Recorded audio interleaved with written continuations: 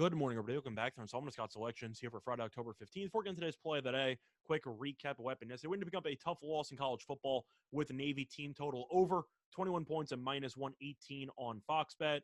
A lot of things went wrong for this to go under, but the refs definitely did not help us as we got screwed out of 2 touchdowns within the span of about 5 minutes. To go through what happened, it was in the middle of the second quarter.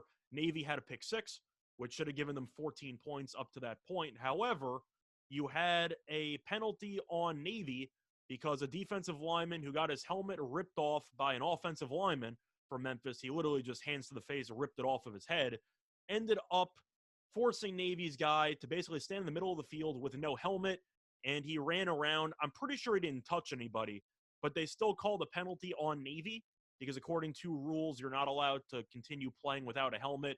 So the refs completely ignored the reason why his helmet came off, gave the Navy guy 15 yards, and the touchdown return ended up being called back. So the interception stood, but we lost 7 points right there.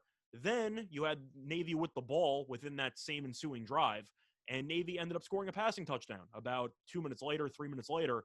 But a Navy player fell down, he slipped, and the Memphis guy proceeded to trip over him, and they called it clipping. Really a terrible call. You can look it up. It's an abysmal call, but that ended up overturning another touchdown.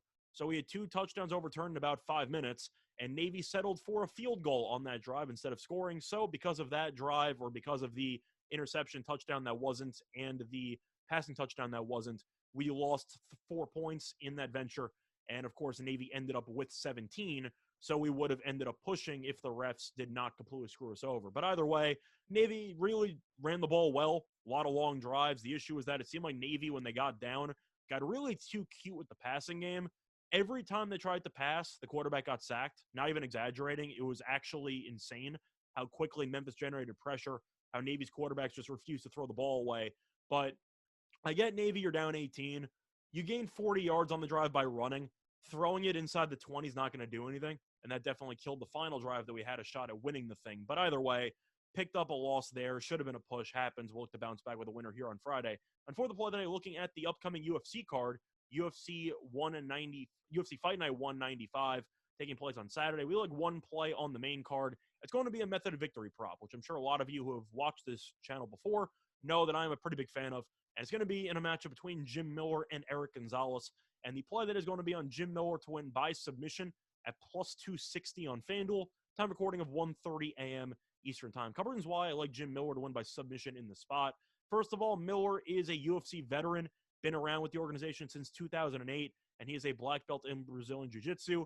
And unlike some fighters, he actually showcases his BJJ skills all the time because he has won 13 UFC fights in his career by submission, and each of his last 4 wins with the organization have come by first-round submission. So you're looking at what Miller likes to do. He's a submission guy. You go through his entire career, he has 32 career wins, 18 by submission. Now looking at his opponent in this matchup, you have Eric Gonzalez, who's making his UFC debut, and he really is not that great on the ground. Mostly a stand-up guy, but he has lost twice by submission in his career. He has 1 submission win. So let's just say he's not exactly as experienced with the ground game as Jim Miller is, and I'm putting that very lightly. So Gonzalez, if you actually look at his previous fights, is a kind of guy who likes to try to balance everything out. He doesn't really excel in anything to some degree, but he's also decent in a lot of areas. So he's decent in the wrestling department. He's decent in the stand-up. But the issue that you have is that Gonzalez is the kind of guy who likes to switch levels. He's not the kind of guy who loves to stand up for a full 15 minutes. And if he tries to take down Miller, good luck to you, because you basically screwed yourself. But the issue that you have with Gonzalez as well is that his takedown defense is not great. So even if he tries to stand up for the entire fight, I do think Miller at some point will take him down because of Gonzalez's suspect takedown defense. And if this goes to the ground once, there's really a good chance that that's all Miller's going to need in order to submit him. You can go through everything involving these 2 guys, and the way I'm looking at it, Miller is minus 225 on the money line because he's clearly the better fighter. He's a more experienced fighter, and Gonzalez is a pretty hit-or-miss prospect. But you're getting a guy who's minus 225 on the money line to win by his preferred outcome at plus 260. So you're saving over $4 by taking a guy who isn't really afraid of going in early for submissions. As I've said before, the last 4 wins he's had have been by first-round submission. I think Gonzalez, whose gas tank is pretty average to below average, is eventually just going to get completely worn down by constantly battling on the ground with Miller. And I do think at some point Miller will end up getting a choke in and winning this fight by submission. But Miller really is an expert in almost every single type of submission. He's won fights by armbar. He's won fights by guillotine. He's won fights by rear naked choke. He's won by knee bar. He's really just won by every single type of submission you can imagine. He's won by triangle choke before.